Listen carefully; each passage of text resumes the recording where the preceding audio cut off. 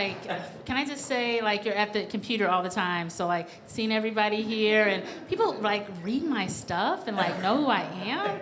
I feel seen today, so thank you, guys. But I think this is such a good panel to moderate. Sometimes I just throw you into the fray, and you're just like, ugh. But this, I feel like I devote a lot of my time to make sure I write about routinely in my practice at the Chicago Tribune. I've been there 13 years. The last 6 or 7 I've been writing.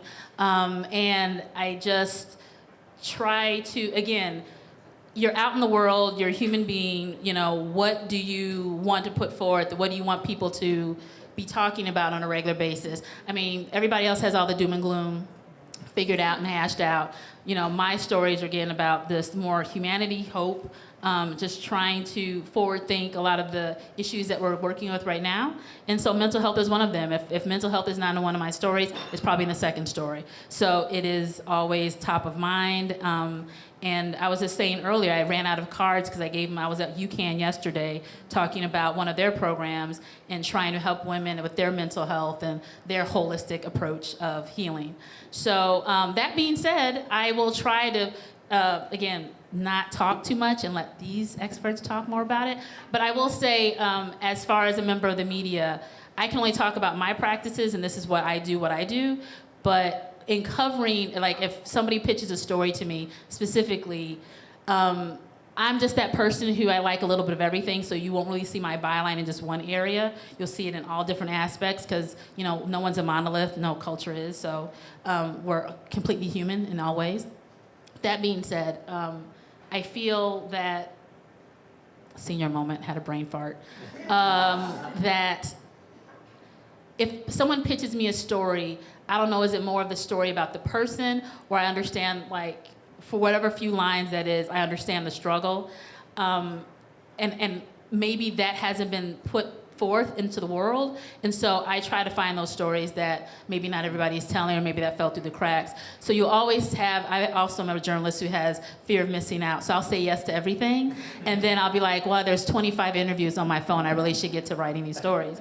But a lot of those are mental health stories, and a lot of them are talking about, you know, how we can be better, how we can improve. So if you're talking to a journalist and maybe they don't have time for you that particular day, just have a little patience. You know, we are human beings, and just like bring it back up again. You know, we're like, yes, I have time for it this time. Because again, you also have to go into these stories with a lot of empathy, you know, compassion and patience. You just can't just be like, I'm here, produce. You know, so there is that. So that being said, I'll have everybody introduce themselves, and we'll go from there. I got some questions. There's a Q&A, so it should be fun time. So, and they got tons of charcuterie back there. So hell yeah, right? So a journalist's dream, right? If you can't figure out anything to cook, just get some charcuterie. So there you go. Here we go. We'll start down there with the wonderful Mark. There you go. For some reason, I was like, is it John? Is it John? Well, because he makes us take off our name tags. So it's like how it looks in pictures. Oh, is that it? Oh, okay. Thank you, Darcel. It's so great to be here with you all. My name is Mark Ishaug. I am the CEO of Thresholds, a large community mental health and housing organization. We've been around for about 65 years, and I've been leading this great organization for the last 12 with an esteemed colleague here, Dee Atkins, in the front, and really looking forward to this conversation. Oh, and before Thresholds, I was at the AIDS Foundation of Chicago for 20 years, and in Chicago for 60, so I'm an old-timer. Hi, I'm Alexa James. I'm a social worker. I'm the CEO of NAMI Chicago. NAMI's been around since 1979, well before I was born. I've been there for about 12 years. And I'm so lucky to be sandwiched between the two of you, because as an alliance, we are deeply reliant on our partners to perform and to create advocacy and empowerment for the folks we serve. So happy to be here. And thank you for having me. I'm Juan Linares. I'm with Association House of Chicago. I also love this room. I mean, speaking of mental health and self-care, right? You got the candelabras and the piano, and It's just beautiful here. So Association House of Chicago has been around for 125 years this year, and my colleagues Lillian and Nick and Abby are here as well. And I like the way, Lillian, you pitched it earlier today. I'll talk about it really quickly in the lens of innovation. So we are part of the settlement house movement that started hundreds of years ago, or 100 plus years ago, and so that was an innovation. I've learned that last summer, one of the first in the nation, if not the first, to offer adult day programming for those with developmental intellectual disabilities, and someone named Rose Kennedy learned about it later and created the Special Olympics. As the neighborhood changed in Humboldt Park in North Dame and Milwaukee, for those of you who know that area, we had a lot more Spanish-speaking people come to us over the 1960s and 70s. And so we sued the state government to say, hey, folks require bilingual services. And so we were the first in the nation then to put forward in Illinois what's called the Burgos Consent Decree, where we have to offer bilingual services in foster care work. So we fast forward to today, the 4 things we do are behavioral health, child welfare, which includes foster care, we have workforce development and community health programs, and we have a high school for alternative students aged 16 to 21, and a daycare for the babies of those students so they can study comfortably while they're in the building. It's hard to replicate, in fact, it's almost impossible to replicate family, right? But I think we and our organizations do a pretty good job of doing that. We do a darn good job of trying to replicate that for those most in need. Right on, right on. So let's just jump into it. I need to stop saying that. So what is the media doing right? 'Cause I know like what I do, and maybe kind of like go through a checklist, like if I haven't spoken to a community or population in X amount of days or weeks, I will reach out and try to make a story that happen. So I know from my angle, but from your viewpoint, like what are we doing right? What are we doing wrong? What do we need to beef up? Where do we need to pull back? As far as mental health, sorry. Do you want to go first? Please. I'd love you to. Oh, it's not pointed to you. So I think so much is going right now in media in Chicago. Now, I'm not going to talk about like some alternative media that's not getting it right, not to be named, and others. But my experience in the last 12 years is that Chicago media, by and large, is really getting it right. I mean, I have to say, and we can talk about what they're not getting right as well, but clearly the woman to my far right is getting it right. If you've not read, I think she said she has hundreds. 3 that come to mind for me, Dwight White, I don't know if you remember that article that you wrote that was not just about mental health, but about art and art therapy and expression. Simone Biles and her mental health journey, which I was saying earlier to you that the story that Darcel did there was not just about like sound bites from people in Chicago and across the country about Simone and mental illness, but interviewed a Chicago psychologist, Inger Burnett Ziegler, who's written a really important book on the subject. And it was more than sound bites. It was real analysis that tied it all together. And then a couple of years ago, this story on Congo Theater and how a performance piece really was designed to address people's mental well-being or lack thereof because of racial unrest and COVID and everything. So you're getting it right. Neil Steinberg from the Sun-Times did a piece for us 2 years ago when we were in this big state battle for more money to basically save the mental health community from closing down. He worked weeks on a story with us that was, in my opinion, the best story in my 12-year career about why we need to do this. And he didn't focus on thresholds or the agencies that needed the money, but he focused on a client and a caregiver that really opened up, I think, the world to understanding why we do what we do and why we needed this. And the list goes on. Brandis from WTTW and Gaynard from WGN. So I think folks in Chicago are really getting it right. I credit people like Alexa and NAMI who have sort of led the charge in making sure that we use first-person language in all that we do, and it's not about the mentally ill, or it's not, but about people living with mental health conditions. It's about not using the word addict to describe somebody with substance use challenges. So I think while there's so much work that we have to do, especially in the language that we use and how we, and especially how we interview and interact with our clients, there's a lot of work to be done there. But I'm going to start out with the good stuff. Do you just want like one at a time? I mean, you guys can all jump in if you want to. Yeah, absolutely. I'm so glad you started because you're always so positive and helpful in framing a conversation where I'm like, I'll tell you everything that's wrong. I mean, part of my lens is like supposed to see the gaps, right? That's how I've been socialized as a mental health advocate, to really see what's not happening. So I know we'll get deeper into this. I do think that the conversation generally around mental health is definitely elevated. It's definitely going deeper. We're curious. I've had more reporters asking me, wait, I don't say commit suicide, I say something different, and they use it and they apply it. So there's curiosity about them getting it right. And I honestly think that's because the journalists themselves have found permission to say that I too am living, I too am suffering, I too am watching this happen, and I'm sure that you talked about your empathy, like how are you connecting to these cases and what does that do to you? That is like when it's about mental health. When it's about anything else, we're really missing the fact that like every single thing that is produced impacts our mental health in a way that is so deeply shattering, to the point that people are missing the opportunity to engage in civic issues and environmental issues, et cetera, because they feel so stressed because of what they read. What's interesting about mental health articles that I've seen is there's the story and there's a recommendation, or there's the story and there's who's doing what about that. When you start reading about climate and violence and politics, you don't have any solution.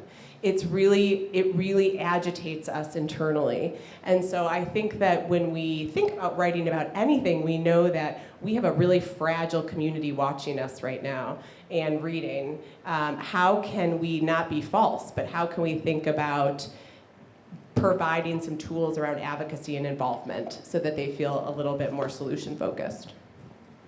Yeah, that's why I said Mark and Alexa should go first, right? They always give the right and great answers. And so I'll add to it. So in agreement, 100% agreement.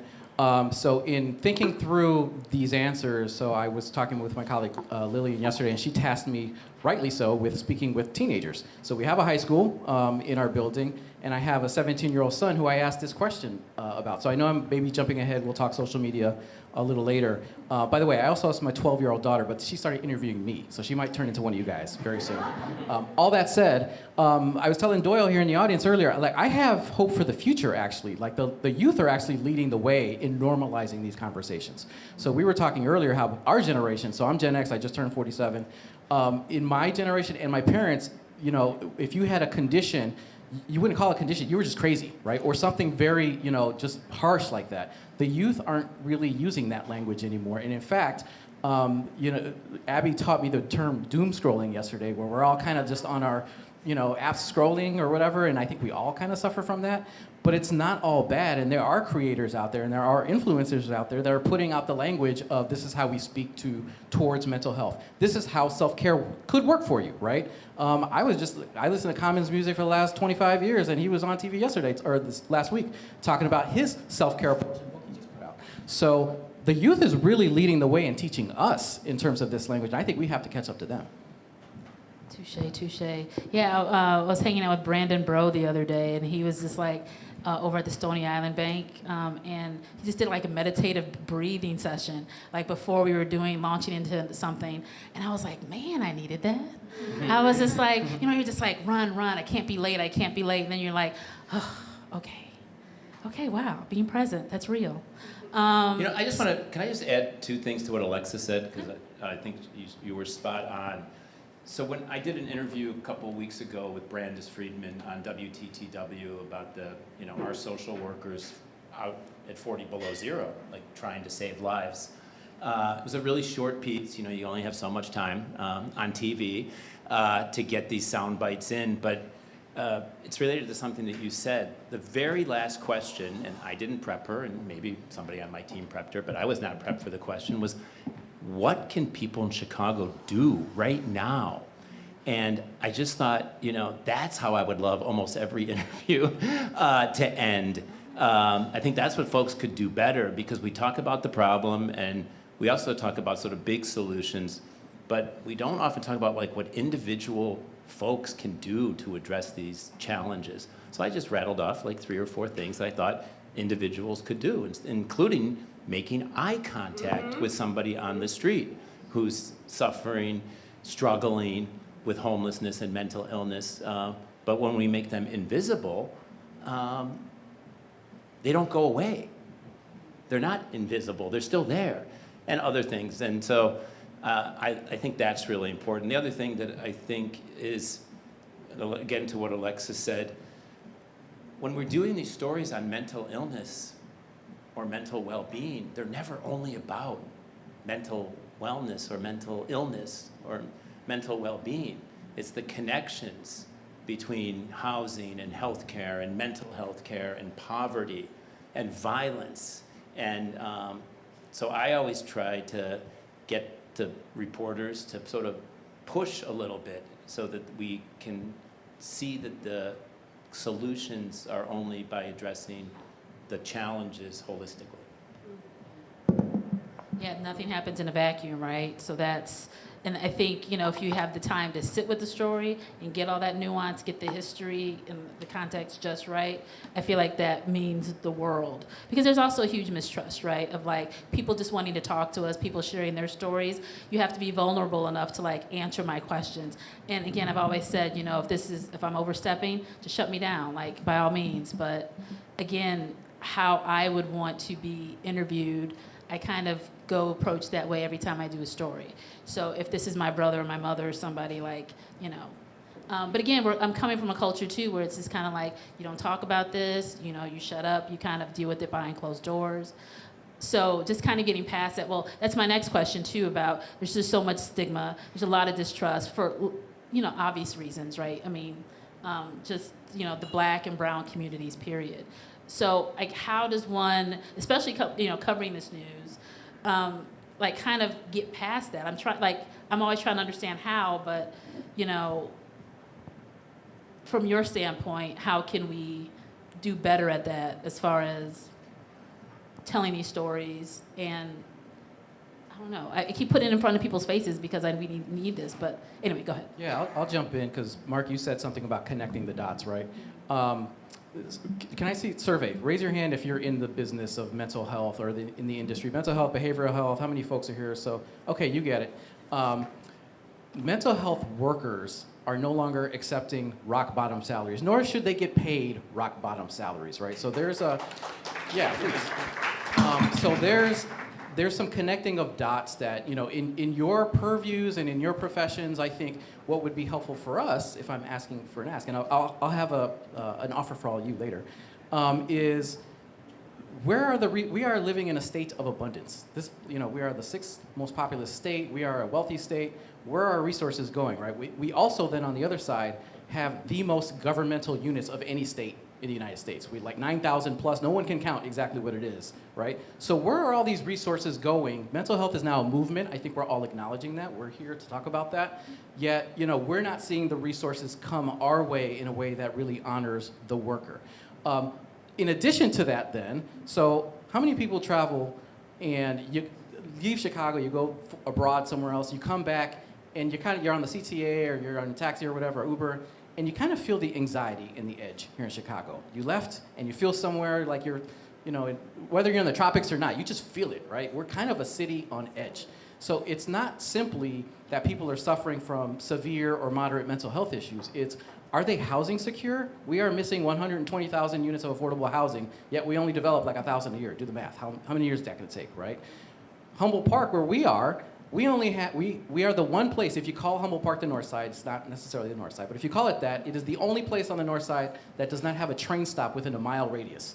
How do people even get to the services, right? So there are all these dots to connect, and from a resource allocation perspective, that I think if you have that power and purview to look up those things and how it connects to mental health, that would be of value to us. I'll jump in to answer your question too about like how do you get into communities that don't trust. and I say this as a white woman born and raised in Chicago on the north side of Chicago, you know, with a very different lived experience. What we have known to be true, and what I think is helpful with people who are trying to kind of dig into that understanding, is really thinking about what is the why of my story. Is the why of my story to have a gotcha moment for somebody to be like, look at this disparity, or is the conversation around how are people working through and living through incredible levels of trauma and stigma and disparity? You know, when we're talking to folks, particularly individuals who are Black and brown, who have experienced the mental health system, it's been traumatic. It really is a traumatic experience, and I hate that because we don't want to ever have a conversation about not seeking services. But when, you know, the initial intake for your mental health is through the emergency department, often by way of the police, that doesn't feel like a cathartic introduction to the mental health system. And so when a reporter reaches out and say, I want to talk to you about your experience, they are already feeling so exploited. So while we really appreciate, I know you get this too, the ask of like, can we talk to one of your clients? Can we talk to one of the folks who've utilized for NAMI, like our crisis services, for example? There is apprehension sometimes, just because we know that when we have to advocate publicly, we are exploiting people. And then how does the organization really then sit with, or the journalists sit with and remind people the power that storytelling really has? Well, I will say that, again, it's sitting before, like, again, sitting at the screen, you're trying to figure out, you want to tell the strongest narrative to get as many eyes on it as possible, because this is a necessary story. But then it's like, you also don't want that clickbait, right? I don't want to just be out like, exploitation, first line, you know? It's, so I juggle, you know, you sit with the story, it's just like, this language is bad, like, I think it's going this direction, it shouldn't. You know, you're having those conversations with the editor. But I will, like I said, I appreciate all this. I'm just trying to like document all this. You're looking for solutions journalism. Like, I feel like we get stuck in a rut too. It's like, you know, we're producing. So you're like, boom, here's it, you know, this. But it would be helpful if there was like a solution to every story and be like, hey, what can the consumer do today? What can the consumer, not just people who are kind of in this world, who, like I said, I'm reading it because I'm reading like tons of white papers or something like that and seeing the data, but your average person might not be. So how can we, again, make it accessible for everybody to get the gravitas of it? So that's something that's an ongoing process as well. You know, one of the things that I would really appreciate from reporters, and maybe this is on me and not on the reporter, is really coming to folks like us and others for background and for research, even if that, you know, means doing this and having these hard conversations off the record, to help, I hate that we use the word educate, but they don't know. It's just too much. I know this much about mental health probably, and thresholds even. So if I know this much, I can't imagine what reporters that are covering everything don't know. And I often feel, and I could be wrong here, that reporters already have an idea of the beginning, middle, and end of the story when they call us for something. And I hope that's not the case, that there's more curiosity than just sort of plugging in a hole for something that they need for a story. And I think there was an interesting example a couple of years ago when a reporter called because they were assigned to create a map of mental health services, because it was important to know like exactly every location where there was mental health in Chicago. I think to be able to describe visually the disparity. And when I had a conversation that, like, we have places, but that's not how mental health services are always provided. We go out to where people are at. And we could have 1,000 people on the street at any one time providing services in every single community in Chicago without having a physical site there. And I'm so glad that we had that conversation, because the reporter was like, oh my God, I never thought of that. I thought mental health services meant having a building, you know, as opposed to having a service. So, you know, that is, to answer your very first question, is what could reporters or the media do better? I think be open to what they don't know. And to add to that, so you mentioned accessibility. There's something everyone here can do, so this is my offer, right, and it's free. But you could yourself be part of the solution by taking something as simple as mental health first aid training. So we at Association House offer, we have flyers here today if you're interested in ours. There's other nonprofits in the region that also offer this. You don't have to come with us. What is this? So I'll give you a concrete example. In full disclosure, I'm on the board of directors of a group called SUM, S-U-M, kind of a startup. They take groups like this, or corporate groups, or nonprofit groups, and take them out to the woods, or Indiana Dunes Beach, and that's where you do your retreat, right? Now, the great idea they had to connect with us was sometimes these forest rangers, or these park rangers, will have students out on a canoe, and a student will have a panic attack. And forest rangers are not trained at all on how to respond to these crisis or non-crisis issues. Mental health first aid, for example, is a full day training. You come into the office, you're physically active. It's almost like CPR training, but for mental health. And given the work that you each do, whether it's PR and media, whether it's journalism, you're interacting with people every day. Think about it for yourself. Do you have the skill set to just quickly address someone who's having a panic attack, right? I didn't. I'm trained as a lawyer, by the way, so these are the experts, right? So I'm talking from myself having been trained and now having those toolkits, right? So that's something that we also offer, and when you're talking accessibility, I think we can all be part of that solution.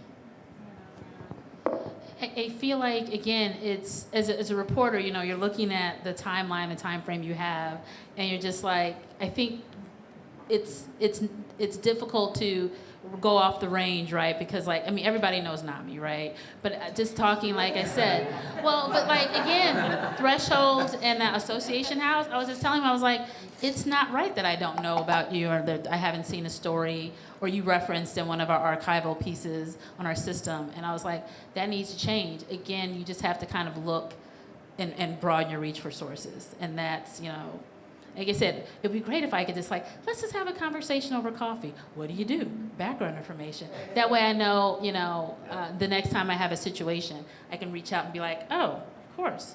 They know exactly what I'm looking for, and they know who I am. So therefore, it's not and there's less apprehension, I think, as far as do I trust you with one of my clients to tell a story? Because at least hopefully by that time, who I am or what kind of stories I produce. So, but keeping in that same vein, again, these are traditional journalism, right? But, talking about the social media aspect of things, is that social media, or is it kind of social media, yay? As far as helping you guys do what you do so well, because I feel like we also use that as a source as well. It's like maybe this is blowing up a particular, something went viral and it has, ties to mental health or something like that. So how does that help or hinder you guys? Well, we have a wonderful team leading our social media, so I feel very confident about that. And ours is really an information share. I also just want to acknowledge that our wonderful NAMI people are here. Our board member, Jess, Chief of Staff, Tamara, Policy, Lily, I didn't mention it before. And I also just want to say before we go further, I can feel you personalizing our feedback, and I want you to know we're not talking to you at all. Your stories see and hear people, and that is healing. So you're doing it. I just don't want you to take it because I was thinking if I was sitting up here as a clinician, everyone was talking about how difficult the mental health space is. I'd be like, I know, but So I just want you to know this is just more general. I think social media is very dangerous. I really, really do. I understand this concept about connection.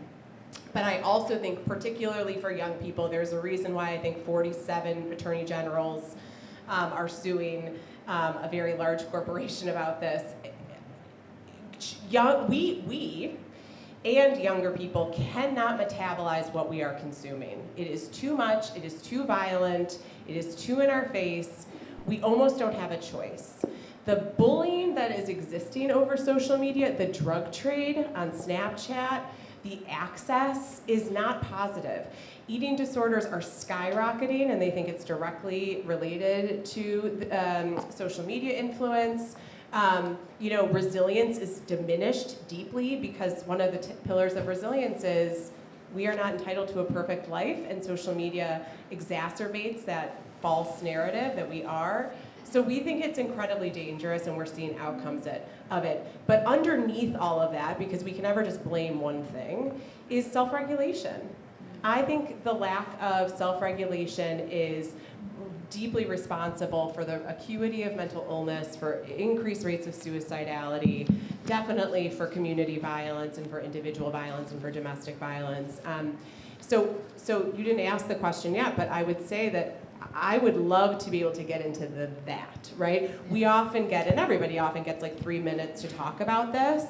And I think it's super important that we start talking about root causes, who's doing what around it, and how do we think more as a community? Because what I hear often is, well, what should kids be doing? It's like it's not the kids, it's the us, right? I'll get off my soapbox. Yeah, no, so I agree.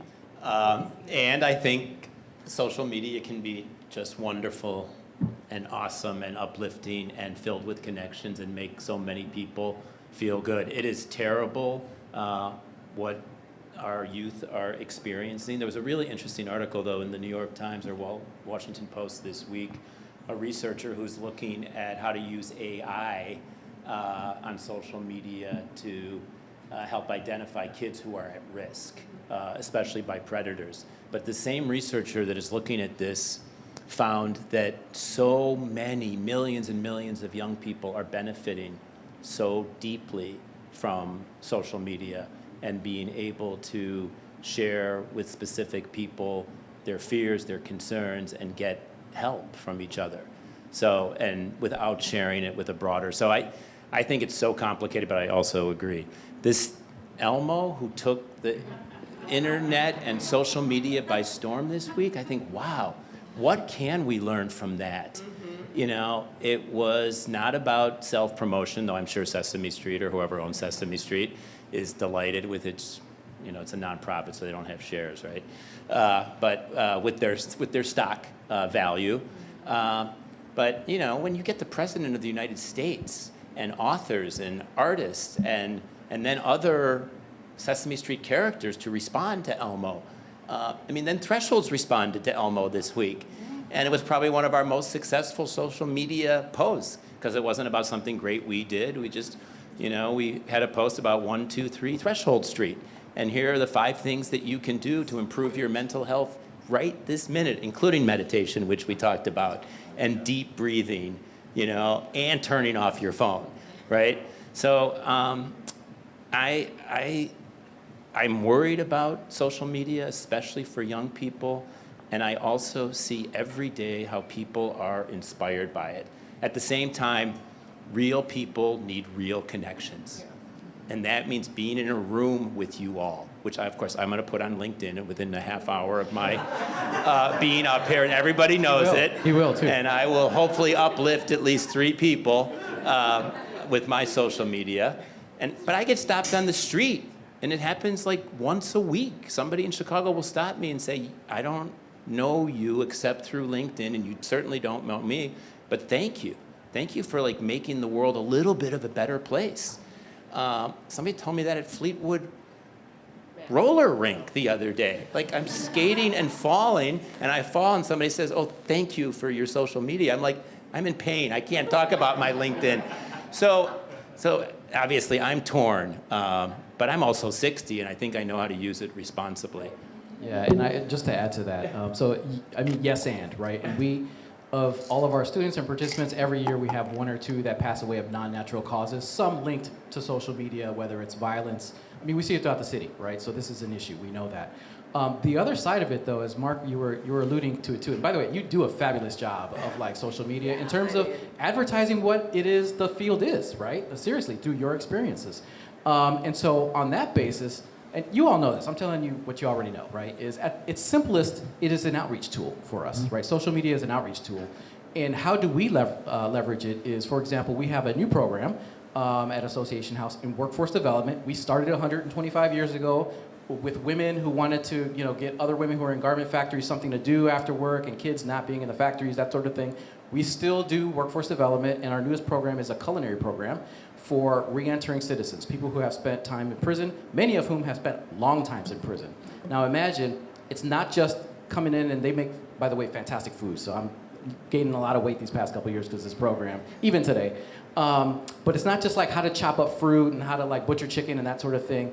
They're learning tech training skills, right? So imagine, if you were in prison for the last 35 years, you've never touched a computer, right? But keep in mind, they do know how to scroll on Facebook, right? So how are they gonna find our program in the first place, right? Is we lever social media for people to find us. And when they do find us, and they come in, and yes, they learn their skills, and they're learning tech training on Mondays, it's not just, again, the content skills, but more than anything, the wraparound piece is they're learning how to communicate with each other so they're not at blows in the kitchen, and conflict resolution, right? These very fundamental skills.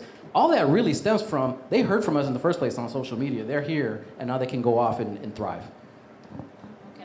Well, I know, like, this is how you guys kind of approach social media from your stance, but how, as communication professionals, how can we either encourage or, you know, responsible social media practices as it relates to mental health? I mean, is it just, again, posting all positive stuff, like, you know, maybe there's nothing happening today, but like, NAMI's always here, or, you know, thresholds, like, you know, of course, if they love Elmo, then they gotta love Grover, you know, something to that effect. Like, maybe we just keep reiterating maybe what your messages are. I don't know, like, how can we help me help you, kind of thing. I think one of the reasons that Mark's posts work so well is because he's actually authentic. That's what's really missing, is that, like, you are you no matter where you are, which is remarkable and does take wisdom and age. And I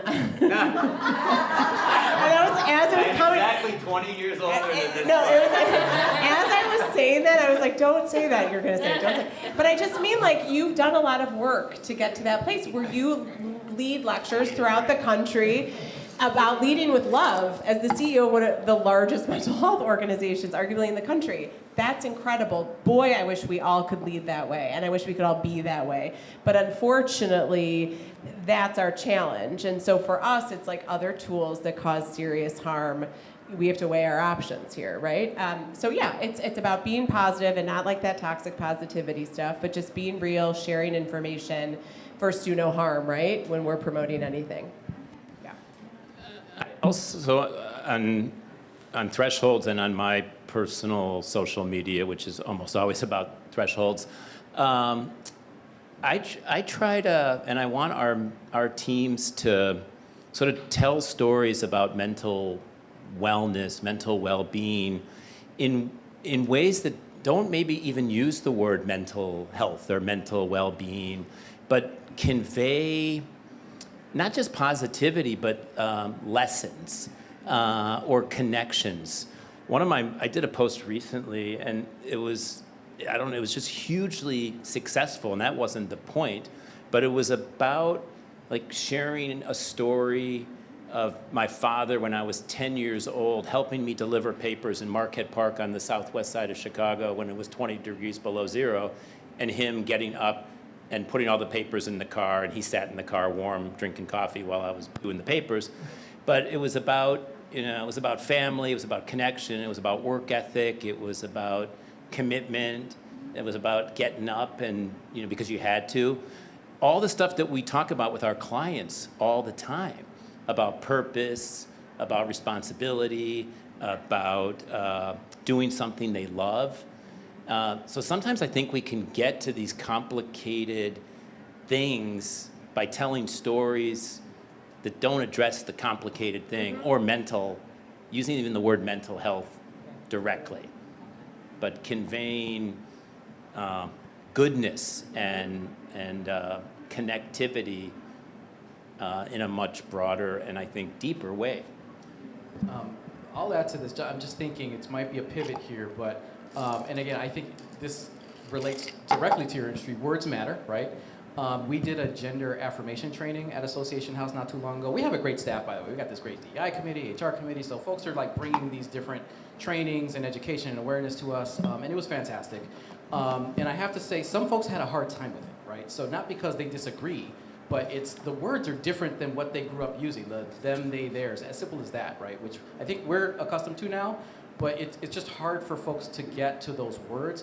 And so I think we in our industry So, you know, we are at the forefront of, yes, what language do we use?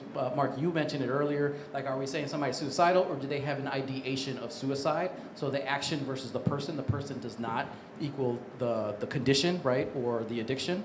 But the other side of it is, we just always have to keep up with change, right? So, and here's the pivot. So I teach part-time, and I've taught part-time for a long time, and I'm currently at a law school. And we talk about diversity and these issues. The class is hate crime, so it's not, you know, it's not bright, sunshiny stuff, right? It's hard stuff.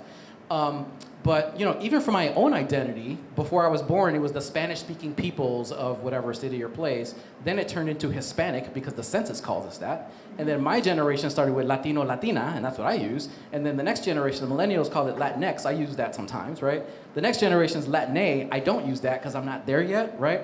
But that doesn't mean it's wrong, right? So it's really, we are trying to find a balance ourselves in terms of naming and what the words are. But so long as we're intentional about it, I think, you know, we're always on that learning curve. Well, that makes me feel a lot better, because sometimes I'm like, Latinx, man. I don't want to offend anybody. Like, please, somebody just tell me, be like, so if there's classes that you guys are giving as far as like, because when you were talking about suicide ideation or what was the other, like, so you're talking about? Having thought or ideation of suicide versus being suicidal. Yeah. Okay, I'll be there. So just tell me when and where, I will be there. And all that, like I said, all this thing makes it so much easier for us to do our job. Because again, we deal with words, and if we get it wrong, we'll offend somebody or somebody just tune off, and we're missing our point. This is what we're all about. So I feel like I've spoken a lot. Like, I'm looking at the time. Are we out of here at a certain time? Will they kick us out? Okay, cool. Okay, I'll shut up. Audience questions.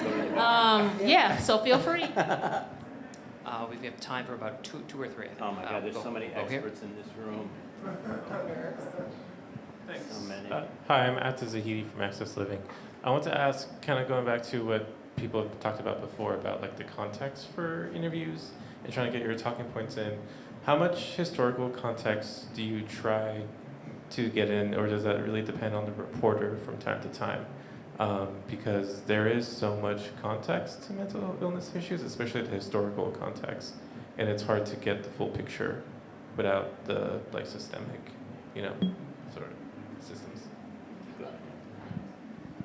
I mean, we go back to the dark ages. I mean, really, we're like, well, hold on, we can't talk about crisis teams, we can't talk about police training without first talking about the what always. I think sometimes it's dizzying for some journalists. I think for some journalists, we get that's interesting, but like right now, what we want to talk about is this. We've also actually disengaged from interviews before to say, like, we don't want our voice a part of this if this isn't a part of it, which our dear friend Lawrence Massal told me I should never do. I should always talk to a reporter, but yeah, I think we like to tell a story around it for sure. I mean, I think it's just it's the challenge with print media and any social media that is in total sound bites. That's why I love 20-minute radio interviews. Mm-hmm. Yeah. I mean, you can get in trouble doing that, but you can also say a lot, and you have a lot of opportunity. And I think we can do so much more and educate people so much more, both broad and deep, when we have the opportunity to provide context, you know. Right. I mean, in our world, people are like, why are there so many people with mental illness and homelessness, you know, throughout the country, like on the streets today? There's a historical context for that.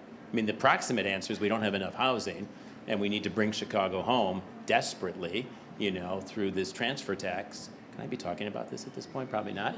But yes, because I'm working on it, this is really important. But there's a historical context for this. 60 years ago, right? We closed down many of the institutions rightly to put people in communities in integrated settings, and then put no money into the system. So we closed institutions and said we're going to fund community mental health, and we never did it. 60 years after the president signs, and so there's historical context. We also, see, now I can't stop. We also cut off people's Social Security income if they had substance use issues in the 90s. I mean, like, hello, what were we thinking? And have still not allowed people with substance use disorders to receive Social Security income. I'll just add real quick. Yeah, and a great question. By the way, Access Living, we love you guys. It's one of our best partners from the missions, yeah, absolutely. From mission standpoint, operations, all that. That's a tough question. It is a tough question. And where do you get context when it's a soundbite? Like when you real quick statements, right? You can't always get context. But one of the things, the reason I bring up access living is because you teach us a lot, right? About not just language and context, but what people are living through. The folks that you're serving, what they're living through to give us that context, right? And so for me, it's more a process in a way. It's we have to teach others how and give them the context, but Association House is a welcoming place, and that's our philosophy in our environment. So I have friends or colleagues who will be like, we're going to tell them. We're like, we got to tell them this. But then it's adversarial, right? And then people stop listening. So if you do it in a welcoming, this has been my experience, and I'd love to share it with you, and you open up to that, which is not the easiest thing to do when you're either politically misaligned or whatever that is. I find that you can get that context, and it becomes a conversation versus the 10-second soundbite. But it is a tough question. Hi. So we're talking a lot about journalism and how journalism can get that story out there and build trust in what mental health resources are out there and services. My question is more beyond journalism. How are you guys addressing the stigmas with Chicago's Black and Brown communities to seek out mental health resources? It's super important to identify the semantics. So what language are you using? We've seen that if we talk about stress, if we talk about basic needs, there's sometimes a different level of engagement. But it's really obviously about acculturating and using trusted messengers. But I think that if it's okay, if I can just say something about the media in that situation, is what we see that's often quite heartbreaking and blatantly racist is the response to mass shootings around this issue. When there is a white man, typically, who commits a mass shooting versus a black young man in North Lawndale, one's a mass shooting and one's a gang-affiliated attack. So even the way we talk about how people are engaging in behavioral challenges keeps people away from seeking services because they don't want to be that in any way. So the way that we decrease is utilizing trusted messengers a lot through faith-based communities, through schools, but also like elevating partners that are already doing this really well that may not have the capital to expand their reach. Yeah, what I'll say is, and great question, thank you for that question. I was on a panel 3 or 4 months ago, and I talked about moral recognition therapy, and people were like, what is that? And I was like, oh, I don't even know what it is myself. And then I forgot what it is, and I can't believe I forgot, because what it is peer-led therapy, right? Peer-led counseling, peer-led relationships. And that we find, so I am Latino, and I feel like I can speak the language. I speak Peruvian and Guatemalan Spanish, right? My wife is Mexican, so we can speak all the different dialects. And I grew up in an African-American neighborhood. That doesn't mean I'm African-American and can speak the language, but I feel like I have some skin in the game here, right? But it goes well beyond me, and when you see folks come into our drop-in center who have some severe or moderate mental health needs and need a place to be, and I think thresholds, you gotta have the living room maybe or something like that, right? When you have these places and you see your peer, not just having the services, but bringing others and welcoming them in, that really grows what we're trying to do, right? That, and in fact, let me say, and Lillian really prepped me on this well, is she was right. Like, mental health can't always be cured, right? So that we're not talking about like we're gonna cure somebody. It's how do you live with stability or thrive, right? So we're not trying to cure anyone. And one of the best methods of that, particularly with Latinos and African Americans, is you see your peers there thriving and able to live their lives despite their condition. So we really rely on that.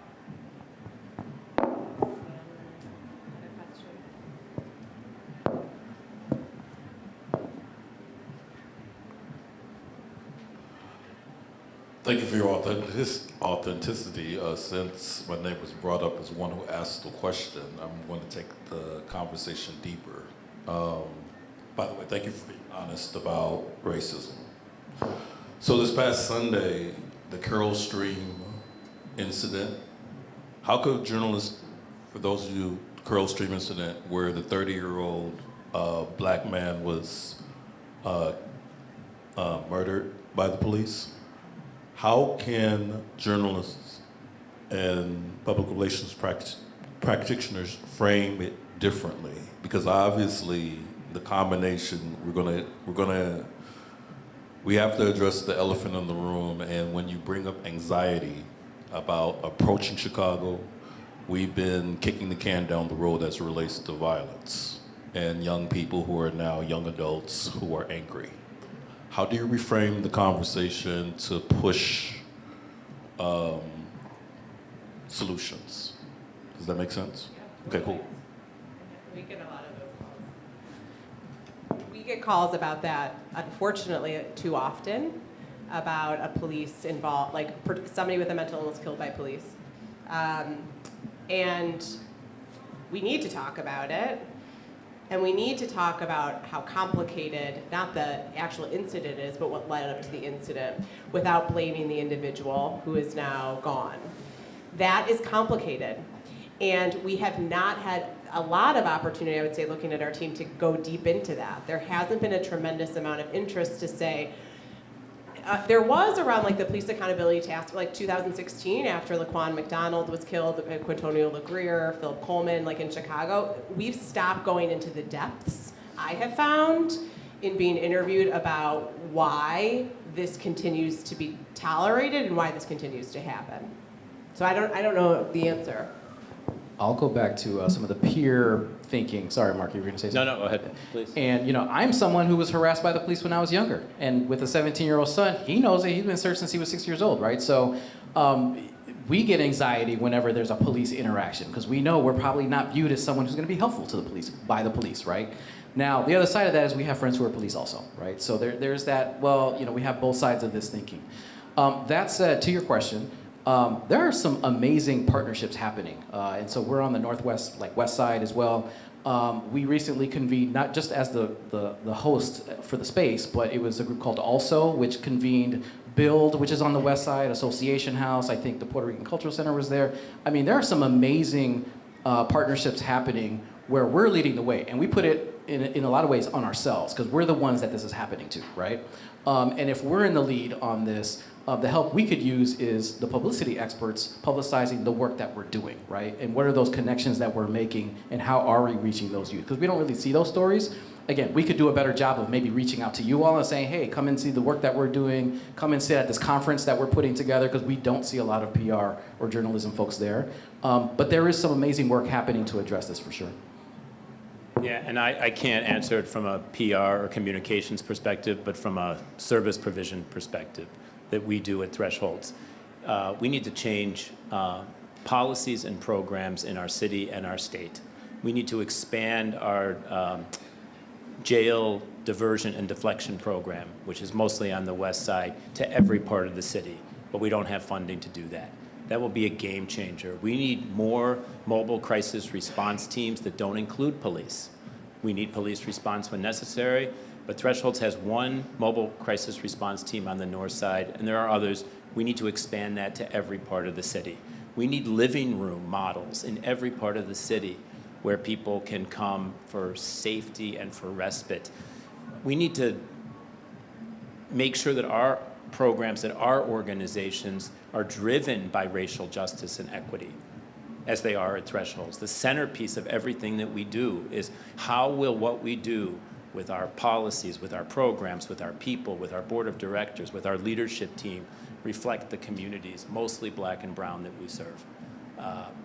And I think that will go a long way if every single entity that's in this space working on mental health, behavioral health, and housing centers racial justice and equity in our work. How about a round of applause for our panelists?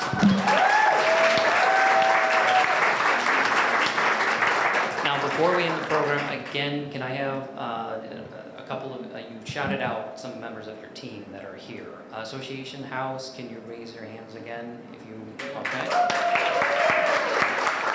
And NAMI Chicago.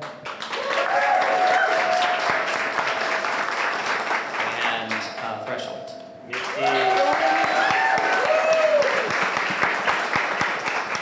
All right, so to have the conversation continue, in addition to the panelists, you can also go up to the other people to engage and to help as they're talking about in order to connect. Now, this also, again, this is the Publicity Club of Chicago. where can we get more information? Give us the website and all that good stuff. Darcel, we want to start with you. Website for me? Website, social media. How can we gotcha. continue to Okay. engage with you? Yeah. So I'm simple. Like, I feel like I'm nowhere near as savvy as most. But at Darcel Tribune, that's me. And I'm trying to think. Her rocket ship, an Instagram, rocket with 2 T's. ChicagoTribune.com. Just Google me, Darcel, 1 L, and rocket with 2 T's. And so, yeah, just keep reading, I'll keep producing, and hopefully I don't go blind in the process. Blinder. I'm wearing glasses these days, too. So we're at associationhouse.org. I'm easy to find on social media. I'm Juan Linares, so you can find me on all the different pages. But I will say once again, mental health first aid training, right? So each of you can do it. We welcome you to come to us or some other nonprofit. This is we're not going to ask for donations here, but we love friend raising, right? And bringing folks to our gala and that sort of thing, which happens in June. Be a friend of ours, if not us. Also Thresholds, also Access Living, NAMI. There's others here, of course. We're all one big family, and that's the beauty of this work is, yeah, okay, we compete for resources, but we're all partners here. We're all trying for the same goal, right? So thank you for having me. Hey, everybody. So we're recently 24/7, which is like wild. I know. We are now running the Suicide Lifeline from 4 p.m. to 8 a.m. So you can catch us all the time. We're NAMIChicago.org. Our wonderful team is back there, Chief of Staff Tamara. If you guys have specific questions, I'm Alexa James. I should have been a jean designer. Isn't it? It's a good name, isn't it? I married into it. And I also just want to thank Dr. Nutter for being here. It's really nice to see you in the audience.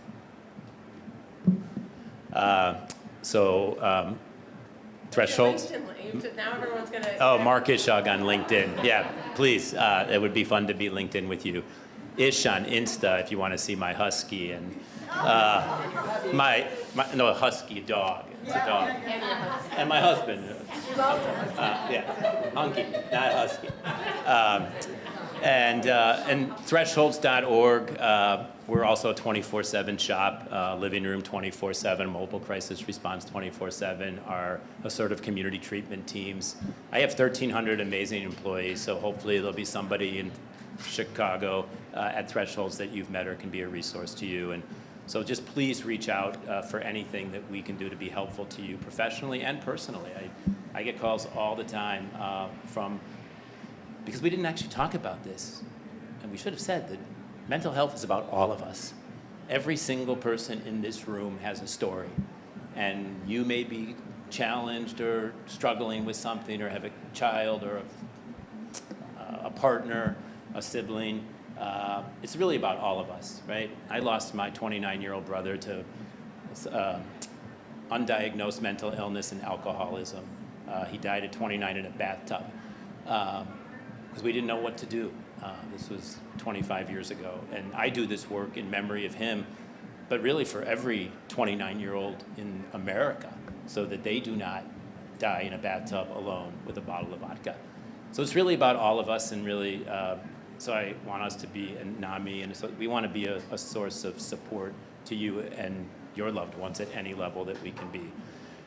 For the journalists and the PR folks, if you don't know the Carter Center, the mental health journalism program, you should know it.